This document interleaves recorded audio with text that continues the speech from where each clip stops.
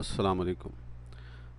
آج ہم اس آڈیو میں مکاشفات القلوب کو آگے کنٹینیو کریں گے۔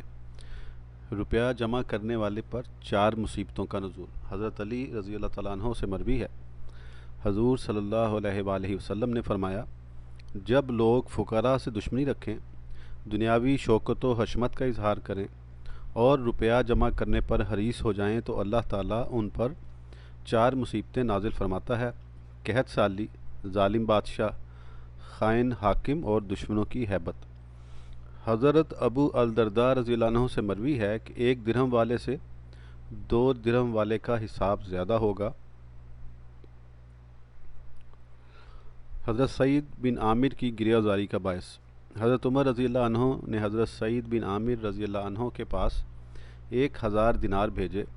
حضرت سعید اپنے گھر میں انتہائی غمزدہ حالت میں داخل ہوئے۔ ان کی بیوی نے پوچھا، کوئی خاص بات ہو گئی ہے؟ بولے، بہت اہم بات ہو گئی ہے۔ پھر فرمایا، مجھے کوئی پرانا دوپٹہ دے دو۔ پھر اسے پھاڑ کر اس کے ٹکڑے کیے اور دیناروں کی پوٹلیاں بنا کر تقسیم کر دی اور نماز کے لیے کھڑے ہوئے اور صبح تک رو رو کر عبادت کرتے رہے۔ پھر فرمایا، میں نے حضور صلی اللہ علیہ وآلہ وسلم سے سنا ہے، میری امت کے فقراء مالداروں سے 500 سال پہلے جنت میں داخل ہوں گے، یہاں تک کہ اگر کوئی مالدار آدمی ان کی جماعت میں شامل ہوگا تو اسے ہاتھ پکڑ کر باہر نکال دیا جائے گا۔ حضرت ابو ہریرہ رضی اللہ عنہ سے مروی ہے کہ 3 آدمی بلا حساب جنت میں داخل ہوں گے۔ وہ شخص جس نے کپڑے دھونے کا ارادہ کیا مگر اس کے دوسرے پرانے کپڑے نہیں تھے جنہیں پہن کر وہ کپڑے دھو لے، جو شخص چولہے پر 2 ہانڈیاں نہیں چڑھاتا اور جس کو پینے کی دعوت دے کر اس سے یہ نہ پوچھا تم کیا پیو گے۔ حضرت سفیان ثوری کو فقراء سے بے پایاں محبت تھی۔ حضرت سفیان ثوری رحمۃ اللہ علیہ کی محفل میں ایک فقیر آیا تو آپ نے اسے فرمایا، آگے آ جاؤ، اگر تم مالدار ہوتے تو میں تمہیں آگے بڑھنے کی اجازت نہ دیتا۔ ان کی فقراء سے بے پایاں محبت دیکھ کر ان کے مالدار دوست یہ تمنا کرتے کہ کاش ہم بھی فقیر ہوتے۔ حضرت معمل رحمۃ اللہ علیہ کا بیان ہے کہ میں نے حضرت سفیان ثوری رحمۃ اللہ علیہ کی مجلس میں فقیر سے زیادہ باعزت اور مالدار سے زیادہ ذلیل کسی کو نہیں دیکھا۔ ایک دانش مند کا قول ہے کہ انسان جتنا تنگ دستی سے ڈرتا ہے، اگر اتنا جہنم سے ڈرتا تو دونوں سے نجات پا لیتا، اور جتنی اسے دولت سے محبت ہے، اگر جنت سے اتنی محبت ہوتی تو دونوں کو پا لیتا۔ جتنا ظاہر میں لوگوں سے ڈرتا ہے، اگر اتنا باطن میں اللہ تعالیٰ سے ڈرتا تو دونوں جہانوں میں سعید شمار ہوتا۔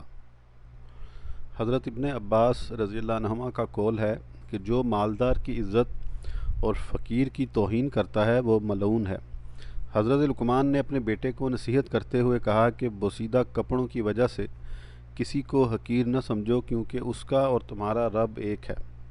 حضرت یحییٰ بن معاذ رحمۃ اللہ علیہ کہتے ہیں کہ فقراء سے تمہاری محبت رسولوں کی صفات میں سے ایک صفت ہے۔ ان کی مجالس میں آنا نیکوں کی اور ان کی دوستی سے دور بھاگنا منافقوں کی علامت ہے۔ بعض کتب سابقہ میں مرقوم تھا کہ اللہ تعالیٰ نے اپنے بعض انبیاء علیہم السلام پر وحی کی کہ میری دشمنی سے ڈرو، اگر میں نے تمہیں دشمن بنا لیا تو میری آنکھ سے گر جائے گا اور میں تجھ پر مال و دولت کی بارش کروں گا، یعنی مال و دولت کی فراوانی اللہ تعالیٰ کے یہاں بے قدری کی موجب ہے۔ حضرت عائشہ رضی اللہ عنہ کے پاس حضرت معاویہ ابن عامر رضی اللہ عنہما اور کچھ دوسرے لوگوں نے 1,00,000 درہم بھیجے۔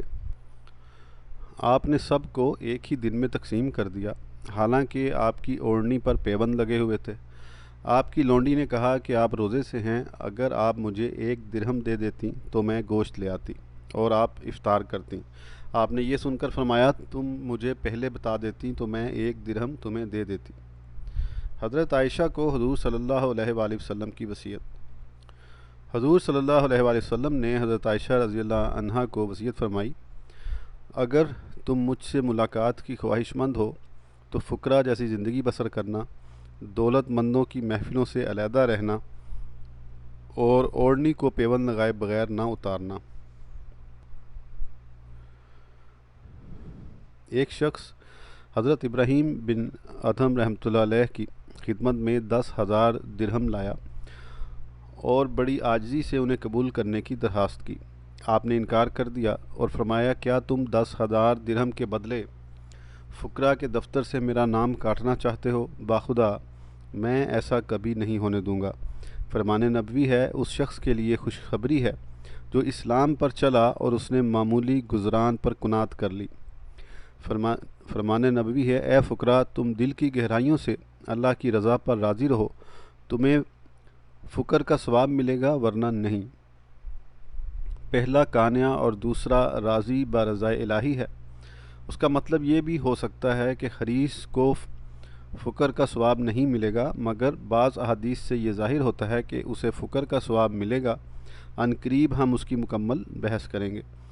شاید عدم رضا سے یہ مراد ہے کہ وہ اللہ تعالیٰ کے اس سے مال روک لینے کو برا سمجھتا ہے، اور بہت سے طالب دنیا ایسے ہیں جو دل میں کبھی بھی اللہ تعالیٰ کا منکر ہونا پسند نہیں کرتے، لہٰذا ان کی طلب میں کوئی برائی نہیں ہے، لیکن اول ذکر بات اعمال کو تباہ کر دیتی ہے جس میں اللہ تعالیٰ کے دولت نہ دینے کو برا سمجھا جاتا ہے۔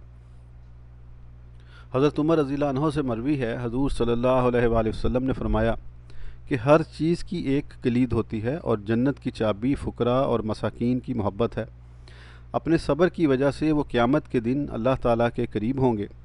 حضرت علی رضی اللہ عنہ سے مروی ہے حضور صلی اللہ علیہ وآلہ وسلم نے فرمایا کہ اللہ تعالیٰ کو وہ بندہ سب سے زیادہ محبوب ہے جو فقیر ہو، اللہ کی رضا پر راضی ہو اور اس کے عطا کردہ رزق پر قناعت کرے۔ حضور صلی اللہ علیہ وآلہ وسلم نے دعا مانگی اے اللہ محمد صلی اللہ علیہ وآلہ وسلم کے گھرانے کی خوراک اندازے کے مطابق ہو، اور فرمایا قیامت کے دن کوئی فقیر اور مالدار ایسا نہیں ہوگا جو یہ تمنا نہ کرے کہ مجھے دنیا میں خوراک کے مطابق ہی رزق دیا جاتا۔ اللہ تعالیٰ نے حضرت اسماعیل علیہ السلام کی طرف وحی کی کہ مجھے شکستہ دلوں کے لیے یہاں تلاش کرنا۔ آپ نے پوچھا وہ کون لوگ ہیں؟ رب تعالیٰ نے فرمایا وہ سچے فقراء ہیں۔ فرمان نبوی ہے کہ راضی برضا فقیر سے زیادہ کوئی فضیلت والا نہیں ہے۔ فرمان نبوی ہے کہ اللہ تعالیٰ قیامت کے دن ارشاد فرمائے گا کہ مخلوق میں میرے دوست کہاں ہیں؟ فرشتے پوچھیں گے یا اللہ وہ کون ہیں؟ رب تعالیٰ فرمائے گا وہ مسلمان فقراء ہیں جو میری عطا پر قانع تھے اور میری رضا پر راضی تھے، انہیں جنت میں داخل کرو۔ چنانچہ لوگ ابھی اپنے حساب میں سرگرداں ہوں گے کہ وہ لوگ جنت میں کھا پی رہے ہوں گے۔ یہ تو قناعت گزین اور اللہ کی رضا پر راضی ہونے والوں کا تذکرہ ہے۔ انشاءاللہ عنقریب زاہدوں کا ذکر بھی ان کے فضائل میں آئے گا۔ قناعت اور رضا الہی۔ قناعت اور رضا کے متعلق بہت سی احادیث وارد ہوئی ہیں۔ یہ بات خوب ذہن نشین کر لیں کہ قناعت کی ضد حرص و طمع ہے۔ حضرت عمر رضی اللہ عنہ کا فرمان ہے کہ طمع تنگ دستی اور قناعت مالداری ہے۔ جو لوگوں سے طمع نہیں رکھتا اور قناعت کر لیتا ہے وہ لوگوں سے بے پرواہ کر دیا جاتا ہے۔ حضرت ابن مسعود رضی اللہ عنہ سے مروی ہے کہ ہر روز ایک فرشتہ عرش سے منادی کرتا ہے اے انسان گمراہ کرنے والے، زیادہ مال سے کفایت کرنے والا تھوڑا مال بہتر ہے۔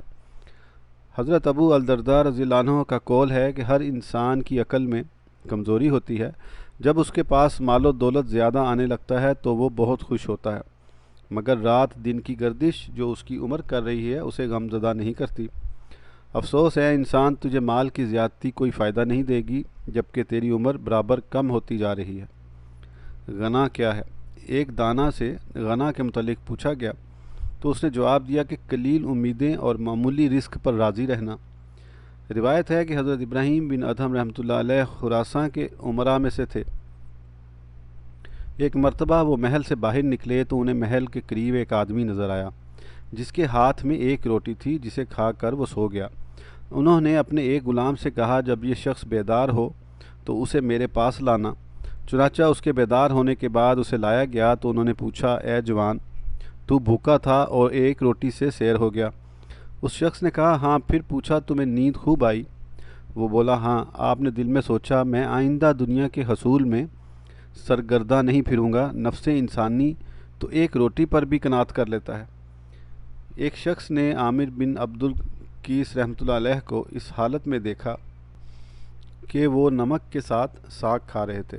اس شخص نے کہا اے بندہ خدا کیا تو اتنی سی چیز پر راضی ہے؟ آپ نے فرمایا میں تمہیں بتلاؤں جو اتنی سی دنیا پر راضی ہو جاتا ہے اسے کس چیز کی خوشخبری ملتی ہے؟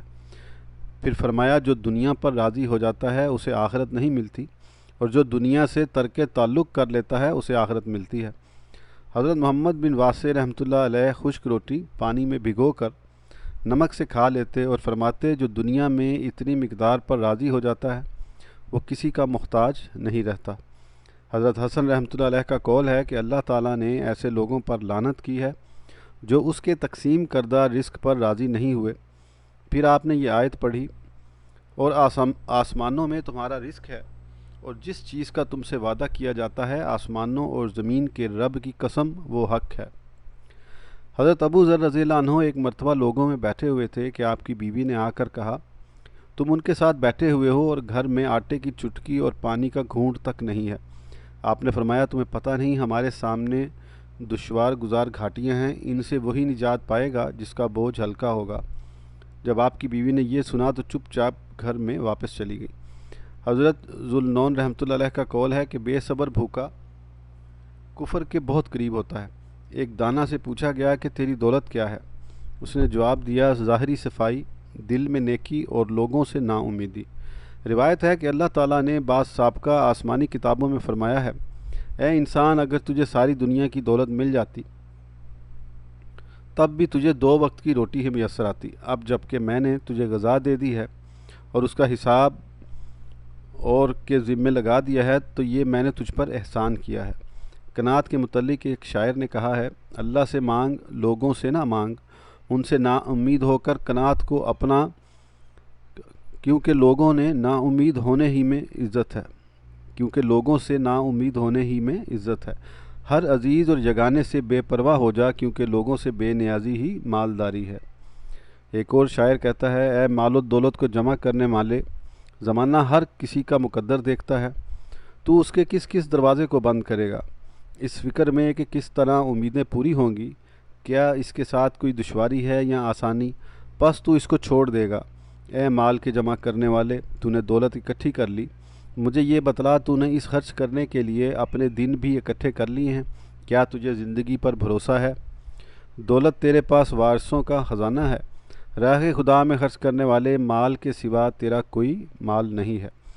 جب جوان اس بات پر اعتماد کرتا ہے کہ جس ذات نے تقسیم ارزاق کیا ہے اسے بھی رزق دے گا، تب اس کی عزت محفوظ ہو جاتی ہے، کبھی اس پر میل نہیں آتا اور نہ ہی اس کا چہرہ کبھی پرانا ہوتا ہے۔ جو شخص قناعت کو پا لیتا ہے اس پر کبھی دکھ کا سایہ نہیں پڑتا۔ قرض کی ادائیگی۔ حجت الاسلام حضرت سیدنا امام محمد بن محمد غزالی علیہ رحمۃ اللہ کیمیائے سعادت میں نقل کرتے ہیں جو شخص قرض لیتا ہے اور یہ نیت کرتا ہے کہ میں اچھی طرح ادا کر دوں گا تو اللہ عز و جل اس کی حفاظت کے لیے چند فرشتے مقرر فرما دیتا ہے اور وہ دعا کرتے ہیں کہ اس کا قرض ادا ہو جائے۔ اور اگر قرض دار قرض ادا کر سکتا ہو تو قرض خواہ کی مرضی کے بغیر اگر ایک گھڑی بھر بھی تاخیر کرے گا تو گناہ گار ہوگا اور ظالم قرار پائے گا۔ خواہ روزے کی حالت میں ہو یا سو رہا ہو اس کے ذمہ گناہ لکھا جاتا رہے گا اور ہر صورت میں اس پر اللہ عز و جل کی لعنت پڑتی رہے گی۔ یہ گناہ تو ایسا ہے کہ نیند کی حالت میں بھی اس کے ساتھ رہتا ہے۔ اگر اپنا سامان بیچ کر قرض ادا کر سکتا ہے تب بھی کرنا پڑے گا، اگر ایسا نہیں کرے گا تو گناہ گار ہے۔ اگر قرض کے بدلے ایسی چیز دے جو قرض خواہ کو ناپسند ہو تب بھی دینے والا گناہ گار ہوگا، اور جب تک اسے راضی نہیں کرے گا اس ظلم کے جرم سے نجات نہیں پائے گا، کیونکہ اس کا یہ فعل کبیرہ گناہوں میں سے ہے مگر لوگ اسے معمولی خیال کرتے ہیں۔ اللہ کے سوا کسی اور کو اپنا ولی بنانا اور قیامت کا میدان۔ کفار سے میل ملاپ نہ رکھو، فرمان الہی ہے وَلَا تَرْكَنُوا إِلَى الَّذِينَ ظَلَمُوا فَتَمَسَّكُمُ النَّارُ۔ بعض مفسرین کا قول ہے اہل لغت اس بات پر متفق ہیں کہ رکون مطلق میلان اور توجہ کا نام ہے، چاہے وہ میلان معمولی ہو یا زیادہ۔ عبد الرحمن بن زید رحمۃ اللہ علیہ کا قول ہے کہ یہاں رکون سے مراد چھپانا ہے، یعنی ان کے کفر کا انکار نہ کرنا۔ اکرمہ کا قول ہے رکون سے مراد ہے ان کفار سے نیکی نہ کرو۔ آیت کے ظاہری معنی یہ ہیں کہ کفار اور بدکار مسلمانوں سے باہم میل ملاپ نہ رکھو۔ حضرت نیشا پوری رحمۃ اللہ علیہ اپنی تفسیر میں رقم تراز ہیں۔ محققین کا قول ہے کہ جس رکون سے منع کیا گیا ہے وہ ہے کفار کے کفر کو اچھا سمجھنا، ان کے طریقہ کار کو خوب جاننا اور دوسروں کے سامنے ان کی تعریف کرنا اور گمراہی کے کاموں میں ان کا شریک کار بننا ہے۔ ہاں، اگر ان کے مظالم کے سد باب اور نفع اندوزی کی وجہ سے ان سے میل ملاپ بڑھاتا ہے تو اس میں کوئی حرج نہیں ہے، لیکن میرا ضمیر یہ کہتا ہے کہ طلب معاش کے لیے ان سے میل ملاپ کی رخصت ہے، مگر تقوی کا تقاضا یہ ہے کہ ان سے بالکل علیحدگی کی جائے۔ کیا اللہ تعالیٰ بندے کی مشکلات میں اسے کافی نہیں ہے؟ میں کہتا ہوں امام نیشا پوری کا قول بالکل صحیح ہے۔ آج کے دور میں تو خصوصی طور پر اس بات کی ضرورت ہے کہ ان سے تعلقات نہ رکھے جائیں، کیونکہ نیکی کا حکم کرنا اور برائیوں سے روکنا اس دھوکہ اور فریب کاری کے دور میں ناممکن ہے، اور جب کہ ان کا ظلم اس انداز پر آ گیا ہے کہ ان سے باہم تعلق ہلاکت میں ڈال سکتا ہے، تو تمہارا اس شخص کے بارے میں کیا خیال ہے جو ان ظالموں اور سرکشوں سے زبردست محبت کرتا ہے، ان کی شراب نوشی اور حرام کاری کی محافل میں شریک ہوتا ہے اور ان کے تقاضائے دوستی کو پورا کرتا ہے اور ان کے طرز معاشرت میں گھل مل جاتا ہے، ان کا سا لباس پہن کر خوش ہوتا ہے اور ان کی ظاہری اور فانی رونق کو بہتر سمجھتا ہے اور ان کی معاشی خوشحالی پر رشک کرتا ہے؟ حالانکہ اگر حقیقت میں دیکھا جائے تو یہ سب چیزیں ایک دانہ سے بھی حقیر اور مچھر کے پر سے بھی زیادہ بے وقار ہیں۔ چجائی کہ انسان دل کی گہرائیوں سے انہیں چاہنے لگے۔ چاہنے والا اور جسے چاہا گیا ہے دونوں بے وقار ہیں۔ فرمان نبوی ہے کہ انسان اپنے دوست کے دین پر ہوتا ہے، تم یہ دیکھو کہ تمہارا دوست کون ہے۔ منقول ہے کہ اچھے ساتھی کی مثال عطار جیسی ہے، اگر وہ عطر نہیں دے گا لیکن تم عطر کی خوشبو سے محروم نہیں رہو گے، اور ہر برے ساتھی کی مثال لوہار کی ہے، اگر وہ تجھے نہیں جلائے گا مگر اس کی دھونکنی کا دھواں تم تک ضرور پہنچے گا اور کپڑوں کو کشیف کر دے گا اور تنفس کو بھی گزند پہنچائے گا۔ اللہ کے سوا دوسروں کو اپنا ولی بنانا۔ فرمان الہی ہے کہ ان لوگوں کی مثال جنہوں نے اللہ کے سوا اپنے اور مددگار بنا لیے ہیں، مکڑی کے گھر کی سی مثال ہے جو بہت ہی بودا اور کمزور ہوتا ہے۔ فرمان نبوی ہے کہ جس نے کسی دولت مند کی اس کی دولت کی وجہ سے تعظیم کی، اس کا 1/3 ایمان ضائع ہو گیا۔ فرمان نبوی ہے جب کسی فاسق کی تعریف کی جاتی ہے تو اللہ تعالیٰ سخت ناراض ہوتا ہے اور عرش الہی کام جاتا ہے۔ فرمان الہی ہے یعنی ہم قیامت کے میدان میں تمام انسانوں کو ان کے امام کے ساتھ بلائیں گے۔ مفسرین کرام کا امام کے تعین میں اختلاف ہے۔ حضرت ابن عباس رضی اللہ عنہما اور آپ کے رفقا امام سے مراد نامہ اعمال لیتے ہیں، چنانچہ فرمان الہی ہے اور جس شخص کو دائیں ہاتھ میں کتاب دی جائے گی۔ حضرت زید رحمۃ اللہ علیہ کا قول ہے کہ امام سے مراد رتبے کی کتابیں ہیں اور لوگوں کو اے تورات والے، اے انجیل والے اور اے قرآن والے کہہ کر بلایا جائے گا۔ حضرت مجاہد رحمۃ اللہ علیہ کا قول ہے کہ امام سے مراد نبی ہے، لوگوں کو یوں بلایا جائے گا، اے ابراہیم علیہ السلام کی اتباع کرنے والو آؤ، اے موسیٰ علیہ السلام کی اتباع کرنے والو آؤ، اے عیسیٰ علیہ السلام کی اتباع کرنے والو آؤ، اور اے محمد صلی اللہ علیہ وآلہ وسلم کی اتباع کرنے والو آؤ۔ حضرت علی رضی اللہ عنہ کا قول ہے کہ امام سے مراد امام عصر ہے، جس کے روکنے سے وہ رک جاتے تھے اور جس کے حکم پر وہ عمل کرتے تھے۔ حضرت ابن عمر رضی اللہ عنہما سے مروی ہے، حضور صلی اللہ علیہ وآلہ وسلم نے فرمایا، جب اللہ تعالیٰ قیامت کے دن تمام مخلوق کو جمع فرمائے گا تو ہر خائن کو جھنڈا دیا جائے گا اور کہا جائے گا یہ فلاں بن فلاں کی خیانت کا جھنڈا ہے۔ ترمذی وغیرہ میں حضرت ابو ہریرہ رضی اللہ تعالیٰ عنہ سے مروی ہے، حضور صلی اللہ علیہ وآلہ وسلم نے اس آیت کی تفسیر میں فرمایا، لوگوں میں سے ایک آدمی کو بلایا جائے گا، اس کے دائیں ہاتھ میں نامہ اعمال دیا جائے گا، اس کے جسم کو 60 ہاتھ لمبا کر کے اس کے سر پر چمکدار موتیوں کا تاج رکھا جائے گا، اس کا چہرہ انتہائی روشن ہوگا، پھر وہ اپنے دوستوں کی طرف جائے گا جو اسے دور سے دیکھ کر کہیں گے، اس کے مرتبے میں اضافہ فرما اور ہمیں بھی ایسا ہی مقام عنایت فرما۔ جب وہ ان کے پاس آئے گا تو کہے گا کہ تمہیں خوشخبری ہو، تم میں سے ہر ایک کو یہی مقام ملے گا، اور کافر کا منہ کالا کر کے اس کا قد آدم علیہ السلام کے قد کے برابر 60 ہاتھ تک کر دیا جائے گا اور اسے ظلمت کا تاج پہنایا جائے گا۔ وہ اپنے ساتھیوں کے پاس آئے گا اور اسے دیکھ کر کہیں گے، اے اللہ، ہمیں اس کے شر سے پناہ چاہتے ہیں اور ہمیں ایسے انجام سے بچا۔ وہ ان کے پاس آئے گا تو وہ کہیں گے، اے اللہ، اسے رسوا کر۔ تب کافر کہے گا کہ اللہ تعالیٰ نے تجھے اپنی رحمت سے دور کر دیا، تم میں سے ہر ایک کے ساتھ یہی سلوک کیا جائے گا۔ فرمان الہی ہے جب زمین زلزلے سے ہلائی جائے گی اور وہ اپنے بوجھ نکال ڈالے گی۔ حضرت ابن عباس رضی اللہ عنہما اس آیت کی تفسیر فرماتے ہیں کہ زمین نیچے سے ہلے گی اور اس کے پیٹ میں جتنے مردے اور دفینے ہیں سب کو باہر نکال دے گی۔ حضرت ابو ہریرہ رضی اللہ عنہ سے مروی ہے کہ حضور صلی اللہ علیہ وآلہ وسلم نے یہ آیت پڑھی، اس دن زمین میں اپنی خبریں بیان کرے گی، اس دن زمین اپنی خبریں بیان کرے گی، اور فرمایا جانتے ہو اس کی خبریں کیا ہیں؟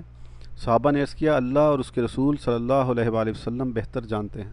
آپ نے فرمایا وہ ہر مرد اور ہر عورت کے ہر اس عمل کی گواہی دے گی جو اس کی پشت پر کیا گیا ہے۔ طبرانی کی حدیث ہے، حضور صلی اللہ علیہ وآلہ وسلم نے فرمایا زمین پر گناہ کرنے سے پرہیز کرو کیونکہ وہ تمہاری ماں ہے، اور جو شخص بھی اس پر کوئی عمل کرتا ہے وہ اس کی قیامت کے دن خبر دے گی۔ اس آڈیو کے لیے اتنا ہی، پھر انشاءاللہ اگلی آڈیو میں آگے کنٹینیو کریں گے۔ اس وقت تک کے لیے اجازت دیجیے، اللہ حافظ۔